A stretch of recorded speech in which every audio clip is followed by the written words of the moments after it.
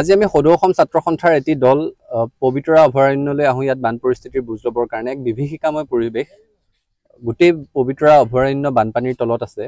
ইতিমধ্যে আপোনালোকে গম পাইছে যে সমগ্ৰ ৰাজ্যখনত বানপানীত এবাৰ এতিয়ালৈকে ৩৮ জনৰো অধিক লোকৰ মৃত্যু হৈছে। ৬ লাখতকৈ অধিক লোক আক্ৰান্ত হৈছে। পবিতৰাটো আমি আহি এক বিভীষিকাময় পৰিৱেশৰ ইয়াত সৃষ্টি হোৱা দেখিছোঁ।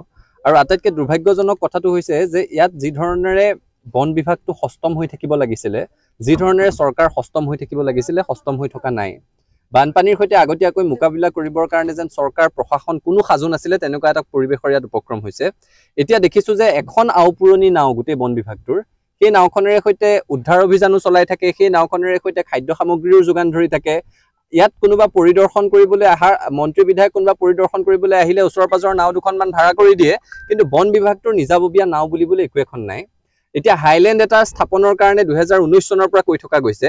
পুৰণা হাইলেণ্ড কেইটা পৰ্যাপ্ত নহয়, হাইলেণ্ডৰ নামত মাত্ৰ এটা ৰাস্তা। গতিকে ইয়াত যিমানখিনি বন্যজন্তু আছে, সেই বন্যপ্ৰাণীৰ জীৱনৰ সুৰক্ষাৰ কাৰণে ইয়াত হাইলেণ্ড নিৰ্মাণৰ বহু দিনৰ পৰা দাবী উত্থাপন কৰি থকা হৈছে, যিটো দাবী এতিয়ালৈকে সম্ভৱপৰ হৈ উঠাগৈ নাই। গতিকে আমি চৰকাৰক ইয়াৰ পৰা পুনৰ দাবী জনাব বিচাৰিছোঁ যাতে পশু খাদ্যৰ কোনো কাৰণত অভাৱ নহয়। আজি পানী সোমোৱা 2 দিন হৈছে, এই মুহূৰ্তলৈকে ইয়াত আহি কোনো উপস্থিত হোৱাহি নাই। আমি চৰকাৰক দাবী জনাইছোঁ যে আপোনালোকৰ প্ৰতিনিধি দল ইয়ালৈ আহিব লাগে। ইয়াৰে যিসমূহ বন্যপ্ৰাণী আছে সেইসমূহৰ যাতে জীৱনৰ কোনো ধৰণৰ ক্ষতি নহয়, খাদ্যৰ সংকটত যাতে কাৰো মৃত্যু নহয়, তাৰ কাৰণে বিশেষ ব্যৱস্থা গ্ৰহণ কৰিব লাগে। আৰু আটাইতকৈ ডাঙৰ কথাটো হৈছে ইয়াত নিষ্ঠা সহকাৰে যিসকল বনকৰ্মীয়ে কাম কাজ কৰি আছে, তেওঁলোকৰ কাৰণে যাতে পৰ্যাপ্ত ৰেচনৰ সুবিধা হয়, সেই ক্ষেত্ৰত গুৰুত্ব দিব লাগে। বানপানী সোমোৱা 2 দিন হৈ গ'ল, আজিলৈকে কাৰো ইয়াত সেই ধৰণৰ কোনো দেখা দেখি নাই। গতিকে আমি সেই দাবীটো চৰকাৰক উত্থাপন কৰিছোঁ।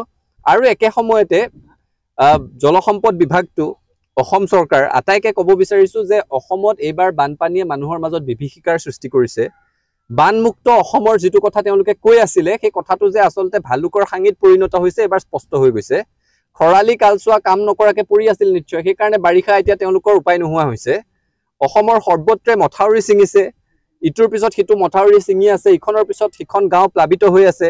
আমি আজি যিখন মৰিগাঁও জিলাত উপস্থিত আছোঁ, ইয়াতে প্ৰায় 160খন ৰাজহ গাঁও এতিয়ালৈকে বানৰ কবলত পৰিছে। আৰু এটা খুব দুৰ্ভাগ্যজনক কথা পোহৰলৈ আহিছে যে বানপানীৰ সুযোগ লৈ এছাম ক'লা ব্যৱসায়ীয়ে কৃত্ৰিম নাটনিৰ সৃষ্টি কৰি এটা খাদ্য সংকটৰ সৃষ্টি কৰিছে আৰু বস্তুৰ দাম অবাধ হাৰত বঢ়াবলৈ চেষ্টা কৰিছে। ইতিমধ্যে মৰিগাঁৱৰ জিলা আয়ুক্তগৰাকীয়ে আহ্বান জনোৱা দেখা গৈছে এই কাম নকৰিবৰ কাৰণে। আমি চৰকাৰ প্ৰশাসনক দাবী জনাইছোঁ যে এইখিনি সময়ত মানুহক পৰ্যাপ্ত সাহায্য যোগান ধৰিব লাগে, আশ্ৰয় শিবিৰত পৰ্যাপ্ত চিকিৎসা সেৱাৰ ব্যৱস্থা কৰিব লাগে, শিশু খাদ্য পশু খাদ্যৰ কোনো কাৰণত অভাৱ হ'ব নালাগে। আৰু একে সময়তে যাতে কোনো ক'লা বেপাৰীয়ে বানৰ সুযোগ লৈ সাধাৰণ ৰাইজৰ ওপৰত মূল্যবৃদ্ধিৰ মাধমাৰ সোধাব নোৱাৰে, তাৰ প্ৰতি চকু ৰাখিব লাগে। কোনোৱে এনে কাম কৰা ধৰা পৰিলে কঠোৰ শাস্তি বিহিব লাগে।